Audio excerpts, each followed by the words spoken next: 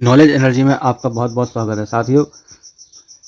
माध्यमिक शिक्षक चयन परीक्षा के लिए टेस्ट आपके लिए प्रस्तुत है। इसमें मैं भूगोल और अर्थशास्त्र के अति महत्वपूर्ण क्वेश्चन कराऊंगा। उसमें आप अपना सेल्फ आकलन भी करते चलें कि आपके इसमें कितने सही निकल रहे हैं।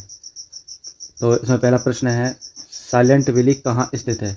अफ्रीका में, केरल में, असम में या आंध्र प्रदेश में? साइलेंट वैली, तो साथियों ये साइलेंट वैली केरल में स्थित है। अगला प्रश्न देखिए, किस नदी को बिहार का शोक कहा जाता है? कोसी को कहा जाता है, दामोदर को कहा जाता है या गंडक को कहा जाता है या सोन नदी को कहा जाता है?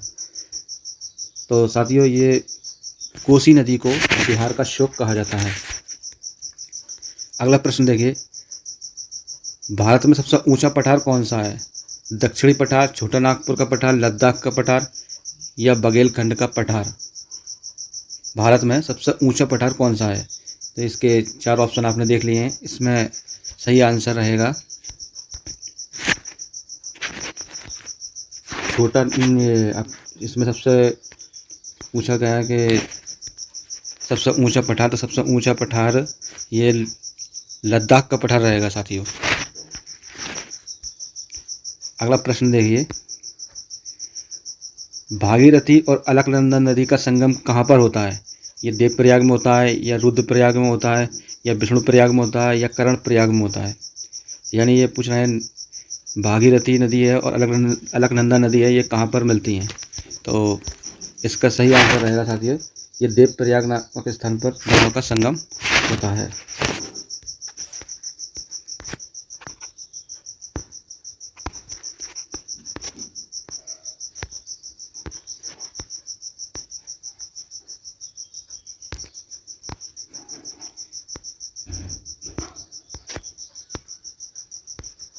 क्षेत्रफल की दृष्टि से किस राज्य में सबसे अधिक वन आच्छादन पाया जाता है? यानी ये वनों से जो क्षेत्रफल घिरा हुआ है वो किस राज्य का क्षेत्रफल की दृष्टि से जिसमें जंगल सबसे अधिक पाए जा रहे हैं? तो साथियों इसका आंसर है, ये ऑप्शन आप देखें, इसका ऑप्शन है छत्तीसगढ़, अरुणाचल प्रदेश, मध्य प्रदेश, उड़ीसा। तो इसका आंसर रहेगा मध्य प्रदेश। प्रश्न, सबरीमाला मंदिर किस राज्य में स्थित है? सबरीमाला आंध्र प्रदेश में स्थित है, तमिलनाडु में, केरल में है या कर्नाटक में? तो ये साथियों केरल राज्य में सबरीमाला मंदिर स्थित है। प्रश्न अगला देखिए, दो नदियों के बीच की उपजाऊ भूमि जो होती है उसे क्या कहा जाता है? उसे दोआब बोलेंगे या जल संभार बोलेंगे, जल विभाजक बोलेंगे या तराई क्षेत्र बोलेंगे?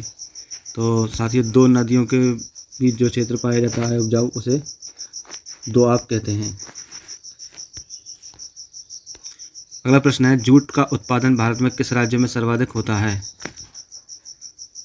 तमिलनाडु में होता है, पश्चिम बंगाल में होता है, केरल में होता है या उड़ीसा में होता है? तो जूट का उत्पादन सर्वाधिक भारत में पश्चिम बंगाल में होता है। अगला प्रश्न देखिए, ऑपरेशन फ्लड किससे संबंधित है? बाल नियंत्रण, दुग्ध उत्पादन, गेहूं उत्पादन, जल संचयन? ऑपरेशन फ्लड से श्वेत क्रांति भी बोलते हैं साथियों। तो ये दुग्ध उत्पादन से संबंधित है। अगला प्रश्न देखिए, काजीरंगा नेशनल पार्क किस राज्य में स्थित है? असम में स्थित है, तमिलनाडु में स्थित है, आंध्र प्रदेश में स्थित है या मध्य प्रदेश में स्थित है? तो साथियों ये काजीरंगा नेशनल पार्क जो है ये एक सींग वाले गैंडे के लिए फेमस है, यह संरक्षित है। तो ये असम राज्य में स्थित है।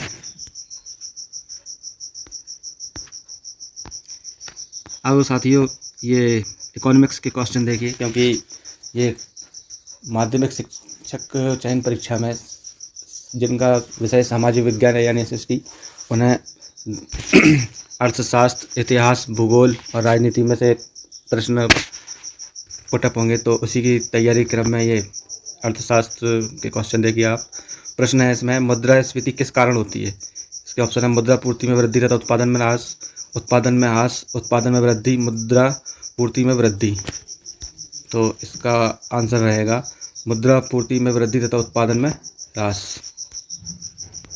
अगला क्वेश्चन, मिलीजुली खेती से क्या आशय है? नकदी और खाद दोनों फसलों को बोना। दूसरा, एक ही खेत में दो अथवा अधिक फसलों को बोना। एक वर्ष छोड़कर दो अथवा अधिक पौधों को बोना। पशुपालन और कृषि करना। तो साथियों, जहाँ पर कृषि के साथ पशुपालन भी किया जाता है उसे मिलीजुली कृषि कहते हैं।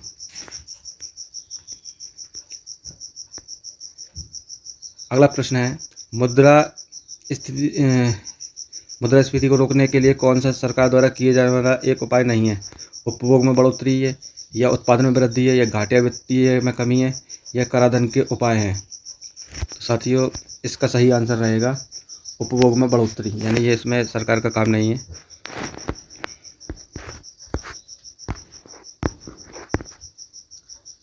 सार्वजनिक क्षेत्र में विनिवेश को कहते हैं वैश्वीकरण बोलते हैं, या औद्योगिकरण बोलते हैं, या निजीकरण बोलते हैं, या उदारीकरण बोलते हैं? तो सार्वजनिक क्षेत्र में विनिवेश को कहते हैं निजीकरण। ये निजीकरण का उदाहरण है साथियों। अगला प्रश्न देखिए, अल्प विकसित देशों में गरीबी का मुख्य कारण क्या है? स्वच्छ निष्क्रियता है, आय में असमानता है, सांस्कृतिक गतिविधियों का अभाव है, लोगों में बुद्धि का अभाव है? तो इसमें होएगा साथियों आय में असमानता। अल्प विकसित देशों में गरीबी का मुख्य कारण आय में असमानता है। भारतीय अर्थव्यवस्था में शिथिल का क्या है? साथियों, एक काल लिखा हुआ कल लग गया है, तो ये जनवरी जून, या मार्च अप्रैल, सितंबर दिसंबर, और फरवरी अप्रैल।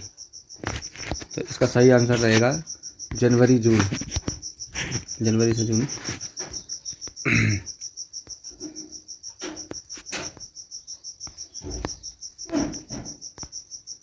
भारत में सबसे अधिक दाल उत्पादन किस राज्य में किया जाता है? बिहार में होता है, मध्य प्रदेश में होता है, या तमिलनाडु में, या केरल में? तो साथियों, दाल का सर्वाधिक उत्पादन मध्य प्रदेश राज्य में किया जाता है। अगला प्रश्न है, वर्तमान में भारत में मुद्रा प्रणाली का प्रबंधन कौन करता है? भारतीय रिजर्व बैंक करता है, केंद्रीय वित्त मंत्रालय करता है, राष्ट्रीयकृत बैंक करता है, या भारतीय स्टेट बैंक? तो इसका सही आंसर रहेगा भारतीय रिजर्व बैंक। वर्तमान में भारत में मुद्रा प्रणाली का प्रबंधन भारतीय रिजर्व बैंक करता है। अगला प्रश्न देखिए साथियों, भारत में सबसे बड़ा वाणिज्यिक बैंक कौन सा? सेंट्रल बैंक ऑफ इंडिया, भारतीय state bank, Indian overseas bank, bank of India? तो सबसे बड़ा वाणिज्यिक बैंक भारत में भारतीय स्टेट बैंक है साथियों। अगला प्रश्न देखिए, श्री अमर्त्य सेन को किस क्षेत्र के योगदान में नोबेल पुरस्कार मिला था? अर्थमिति में मिला था, या मुद्रा अर्थशास्त्र में मिला था, या कल्याणकारी अर्थशास्त्र में, या विकास अर्थशास्त्र में? तो साथियों, श्री अमर्त्य सेन को कल्याण अर्थशास्त्र में नोबेल पुरस्कार दिया गया था। तो साथियों, ये कुछ अति महत्वपूर्ण क्वेश्चन मैंने आपको कराए। इसमें आपने देखा कि आपके कितने सही निकले हैं। 20 प्रश्न में से यदि आपके 15 क्वेश्चन सही होते हैं तो आप माने आपकी तैयारी अच्छे से ही चल रही है और आपको उसमें काफ़ी सुधार की ज़रूरत है।